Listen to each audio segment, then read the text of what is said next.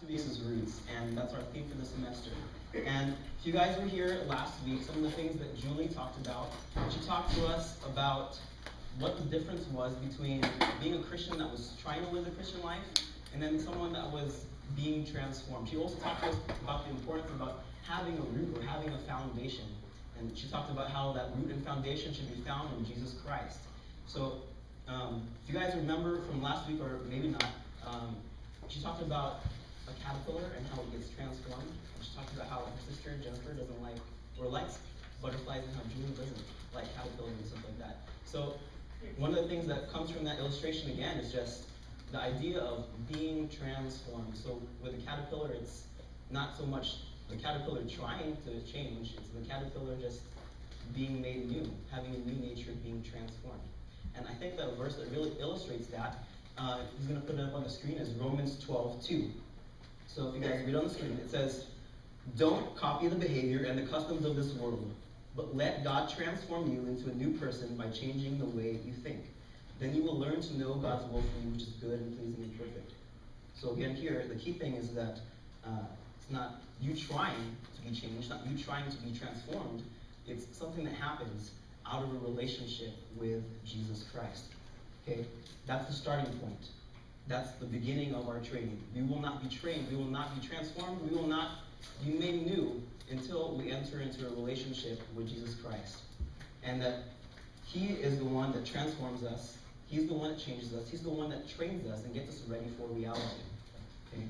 So if we know that we're supposed to be transformed and that we're supposed to be trained, and that the way that we start that is by entering into a relationship with Jesus Christ, then what is it that we're supposed to do now, right? We know this. The only way to begin this process of transformation, the way to begin training for the Christian life, is to enter into a relationship with Jesus Christ. What is the next step? Okay. Well, who here has played sports? Okay. When you guys think about sports, and you have like a coach, right? What is it that you typically do when your coach tells you to do something? You do it, right? You don't like, for those of you guys that have played like football and you guys are asked to do like shuttle sprints or basketball, you don't like tell your coach, "No, I'm good, that's for all the other guys, you guys can run, I'm just gonna chill out here on the side." You don't say that to your coach, right? Why? Well, one, because you're kind of afraid of him, but the other thing is that we trust that the coach that we have has his best intentions for us. He was trying to help us to become the best that we can be. He's trying to prepare us for reality, because the practice isn't the game, the practice isn't the reality. The reality is going to be the game. And he wants to make sure that we're going to be ready to play in the game. Okay? So, something that I think is good for us, if we're going to take this whole idea of sports and being on a team and having a coach, if we recognize that the only way for us to begin to be transformed is through a relationship with Jesus Christ, that He's the one that trains us, He's the one that transforms us, then if He's our coach, if Jesus Christ is our coach, shouldn't we take note of the things that He tells us to do? Shouldn't we take note of the things that He instructs us to do and commands us to do? Okay. So I'm going to run through a few verses here. This first one is going to be up on the screen. It says in Mark 12:28-31, one of the teachers of religious law was standing there, listening to the debate. He realized that Jesus had answered well. So he asked, "Of all the commandments, which is the most important?" Jesus replied, "The most important commandment is this. Listen, O Israel, the Lord our God is the one and only Lord. And you must love the Lord your God with all your heart, with all your soul, with all your mind, and all your strength. And the second is equally important. Love your neighbor as yourself. No other commandment is greater than these."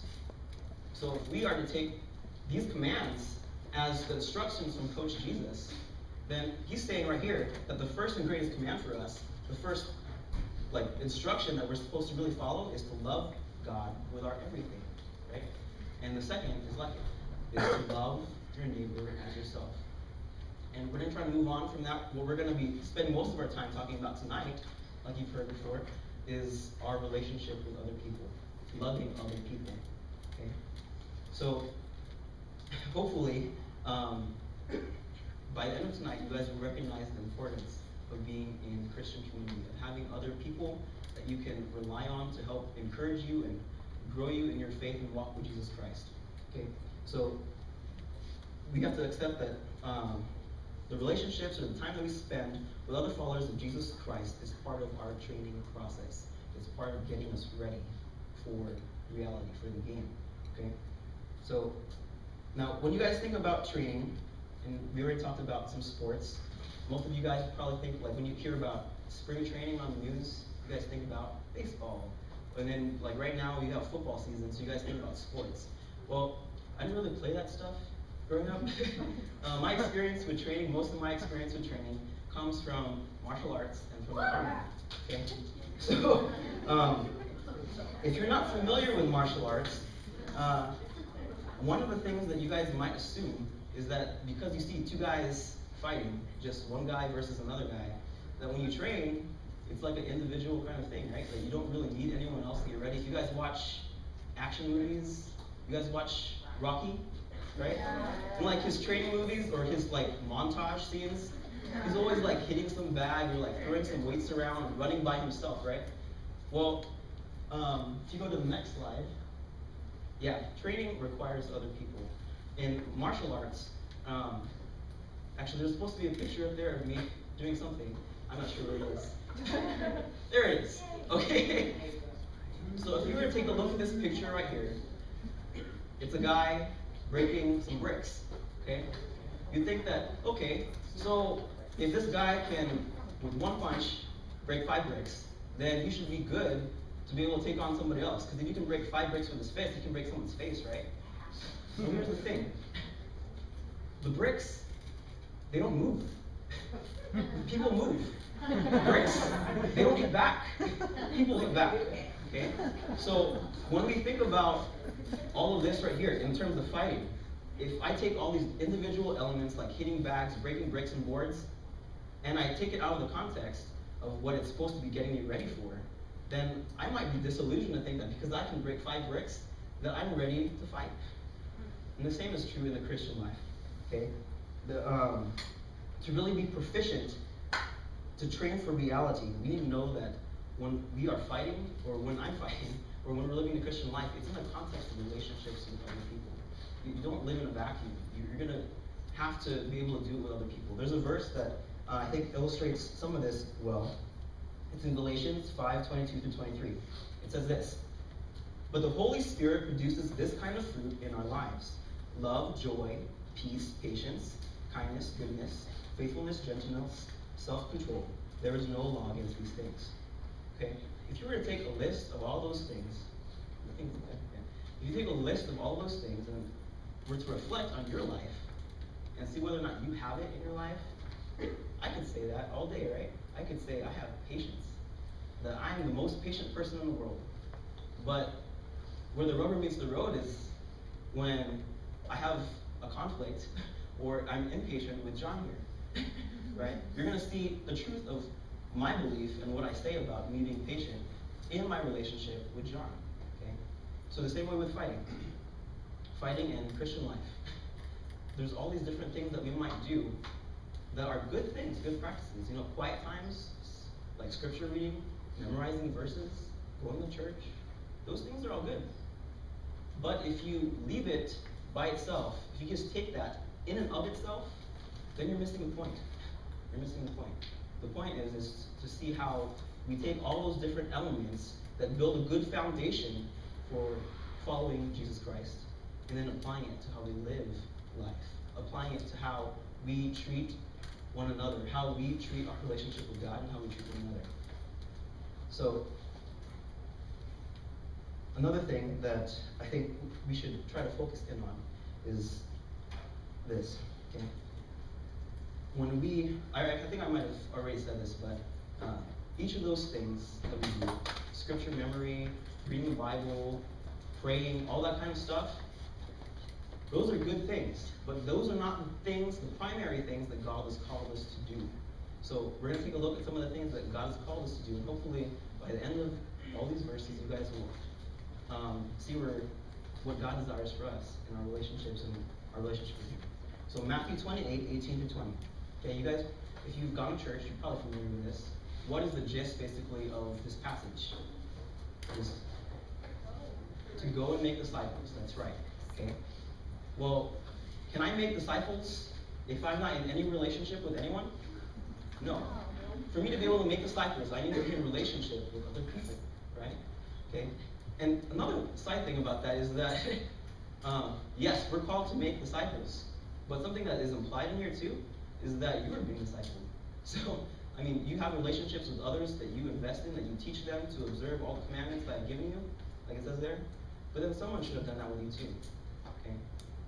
So, another verse that kind of talks about community is Philippians 3:17. Okay?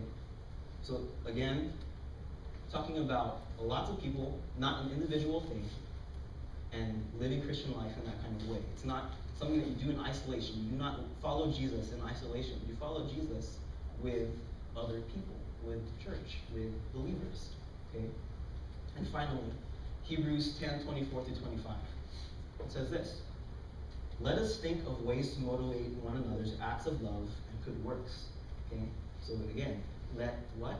Us think of ways to motivate one another to acts of love and good works. And let us not neglect our meeting together, as some people do, but encourage one another, especially now that the day of his return is drawing near. Okay, so hopefully it's not overkill, but hopefully through all of these verses and stuff that we just talked about, you guys understand that to be able to be prepared and trained for reality, to be able to follow Jesus Christ, that it's not something that you do in isolation. It's something that you do with other people. Okay? We need training partners. Okay, so that's great to know, right? So we've established that we need other people to train with, that the Christian life, that following Jesus isn't done by yourself. That's great. So what's the next question? And the next question, and that. So the question is, how do we select who we're going to train with, right? How are we going to know who we're going to train with? Now, with this picture, this is a side thing with that is when you guys are training and you guys are getting ready for a game or something like that, wouldn't you rather make mistakes or get hurt by people that you know and trust rather than somebody else? So in this thing right here, I'm really glad that this guy kicked me in the face and that he knew to pull back, because if he didn't, I would probably be dead. So, anyway, something I want you to keep in your heads for the rest of the night is this question: who are you training with? Who are the people in your life that are your training partners? Okay. Going to the next thing, Proverbs 27:17. It says, "As iron sharpens iron, so one person sharpens another." Okay. You've all probably heard this verse before, and let me tell you something about people. Okay. There are some people that sharpen us better than others. Is that right or not? Like some people have good influence on us, and some people don't. So it's going to take more than one person to be able to influence us. It's going to take more than one person to sharpen us. One relationship with one other person isn't going to be enough. And one way that I'm going to talk about that is through some of my training partners that I've had over the years in martial arts. I have this friend. He's about my age. We're about the same skill level. He's someone that's really fun to be with. I know if you guys take classes at the gym or the rec, you guys have friends that you're kind of just doing it because you guys are both about the same age, you guys are interested in the same things, you guys enjoy one another, right? Well, that's how my friend is. His name is Howard. And Howard, we're really good friends, and we can kind of just chill out. When we come to class and we start to work out, nothing really gets done. Because we enjoy spending time talking about all the stuff that we could possibly do instead of really training.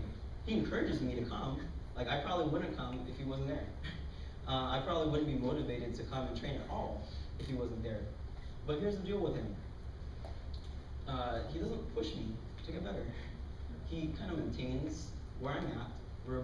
When we do drills, everyone kind of knows that putting us together probably isn't a good thing, because we're going to try to just go through the motions and learn through things and then be done. And it's not that we suck.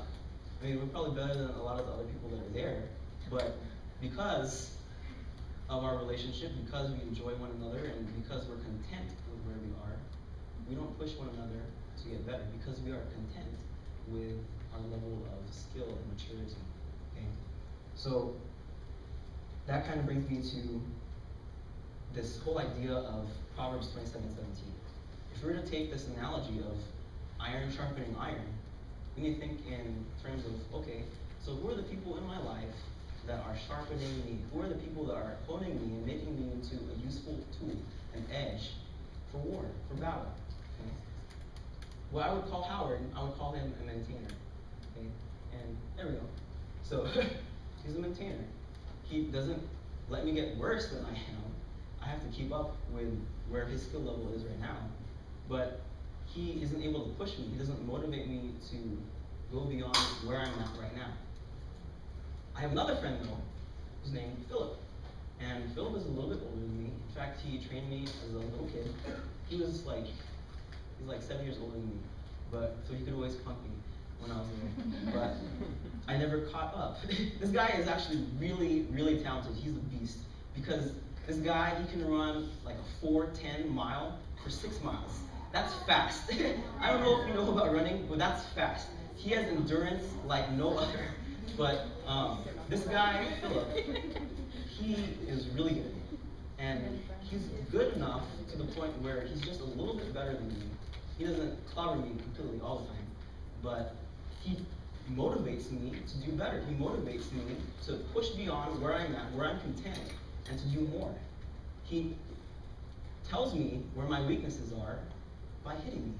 So that motivates me. It motivates me. When I get hit, I don't want to get hit, so I try to get better, right? But here's the thing that's kind of annoying about my friend Philip, is that when I ask him for advice, or when I ask him for help, like, how do you keep doing that? How do you keep hitting me in the face with your foot, right? He doesn't really know how to help me. It's just something that he does. He is so good at what he does. It's just something that's instinctive for him. If you guys have friends, I'm sure that like we're in music class or something where it just comes to them naturally. They're prodigies, and they can't explain to you how it is they do what they do. That sometimes gets annoying, and it's really annoying in my relationship with Philip. But the thing with Philip is that he doesn't relax. He doesn't let me relax. He doesn't let me grow complacent.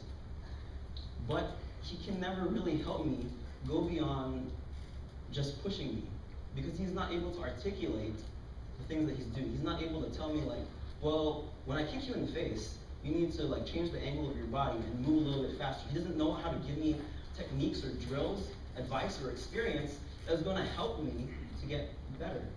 So that comes to the next category. When the collective information of my maintainer and my pusher, and then myself, when our experience isn't helping us, when we see something or encounter something new, or it's not something that we've done before, then the person that I go to, the place that I go to is my teacher. My teacher, I've been with him over half my life, and he has a lot of experience. He is able to see things that Philip, Howard, and I do not see because of his experience.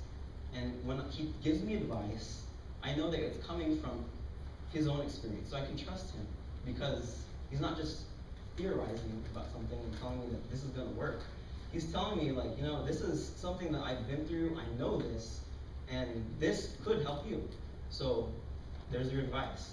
So when we think about all of these people, these kinds of people in our lives, we have maintainers, we have pushers, teachers.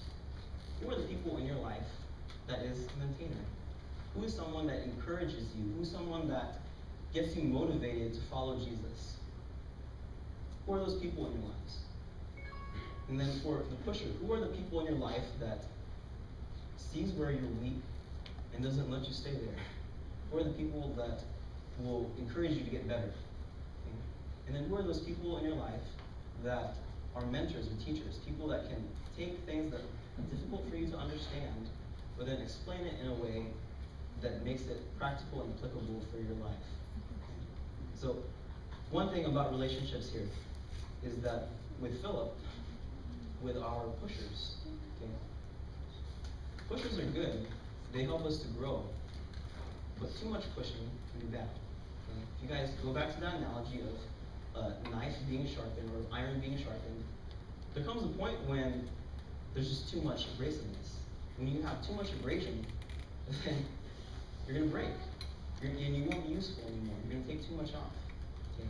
So in our relationships, we need to have not just one relationship. Okay? We need to have several relationships. Also, we need to have balance in our relationships. Okay? So kind of moving on from there, to recap kind of the major points, it's this, that, okay, so to recap the major points, it's that we need other people to train for reality. Okay? We need other people to train for reality. And that God has called us to be in a relationship with Him and to be in a relationship with other Christians. That in order to be obedient to the instructions and commands of our coach, Jesus, that we need to be in a relationship with others, and that God uses other people to shape us to be instruments for His glory. Okay? But with all this stuff talking about training and like individual effort, because that's what fighting is. Fighting is fighting one guy fighting another guy, right? If we keep that mindset of training, then we're still off. That's still not an accurate view of reality. Because the reality is that we're not in a one-on-one fight. Okay? It says in Ephesians 4:12 that God has called us to war. Okay? It says in Ephesians 4:12, "For we are not fighting against flesh and blood enemies, but against evil rulers and authorities of the unseen world, against mighty powers in the dark world, and against evil spirits in the heavenly places." Okay? So God has called us into war. That's what reality is. The reality is that we are in spiritual war. Okay? I told you earlier that most of my experience with training comes from martial arts and then from the Army. Okay? I've been in the Army for about 9 years now, and one of the things that they hammer into your head, day zero, is that you are not an individual, that you will not succeed as an individual, that if you try to get things done by yourself, nothing's going to get done. That you train as a team and you fight as a team. Okay? There is no spiritual Rambos. So again, it's Sylvester Stallone. Okay? There's no one-man armies. You're not going to do it all by yourself. If you try to go out and do things by yourself, you're going to be cut off and alone. And you're going to die. Okay? And that's the reality of it, is that if you cut yourself off from other people, if you do not allow God to use other people to shape and influence your life, you're going to die. So, again, if you look back at this passage in Philippians, it says that we are in a fight against spiritual things. Against what things? Spiritual things. Okay? So, whenever we have an argument with another person or a conflict between one another, we need to remember and keep in mind that the fight that we are in is not with other followers of Jesus Christ. Okay? We're not fighting against other people. That the battle that we have is not in here. The battle that we have is out there. Okay? The battle that we have is against the things that keep people enslaved to lies, things that are blockades that keep people from entering into a relationship with Jesus Christ and His church. Those are the things that we're fighting against, not against one another. We need to be united in that.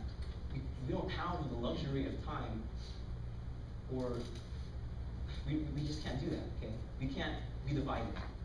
Okay, and something that I think really illustrates this is another passage in Ephesians.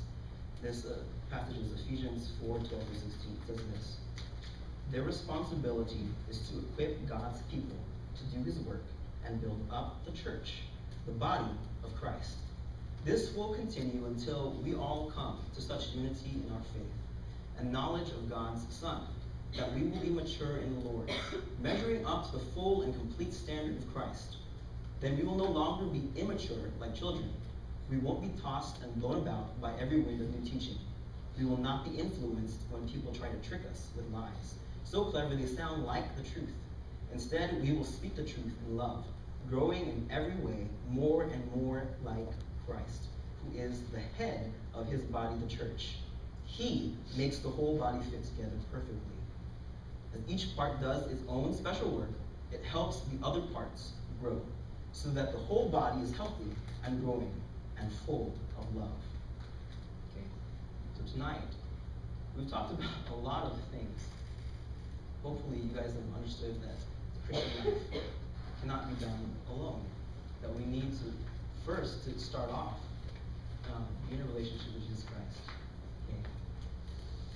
And I know where all of you guys might have received all of this, some of you guys might still be at that point where you're not sure if you have a relationship with Jesus Christ. You're not sure if you've ever been transformed, if you've taken root in Jesus Christ and allowed him to grow you.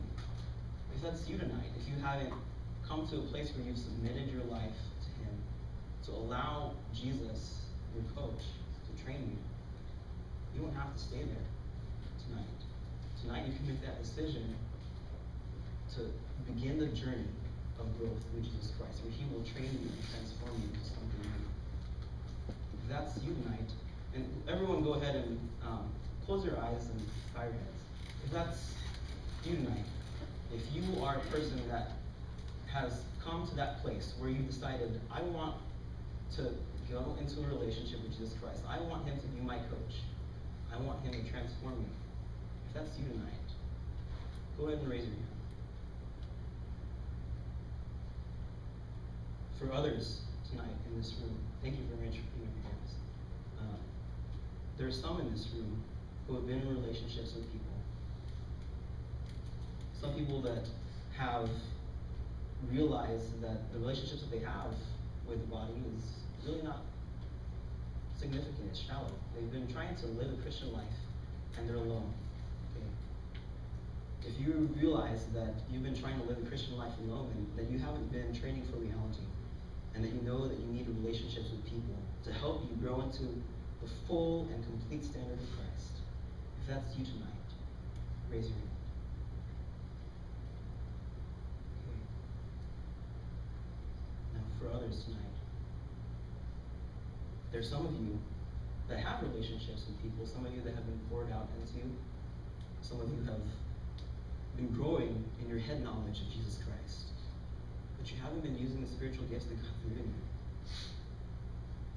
You haven't been obedient to that first command that God has given us to go and make disciples. I want to let you guys know for real tonight that there are people here tonight who have decided to start that journey with Jesus Christ. They need someone to guide them. There are people here tonight that want help, that want community. Tonight, you have the opportunity to take that first step of obedience and to go and make disciples. You have the opportunity to be obedient to God's commands, to love God, and to love others. Father God, I thank you, Lord, for this opportunity that you've given to us, to be able to come here tonight, to be able to hear your word, Father, to be able to worship together. Lord, I thank you for providing Christian Challenge, Father, for providing the people that are here that can provide us with a community so that we know that we're not alone, Father, so that we can enter into a relationship with you, so that we can be trained for reality, so that we can be ready to get into the fight. In Jesus' name,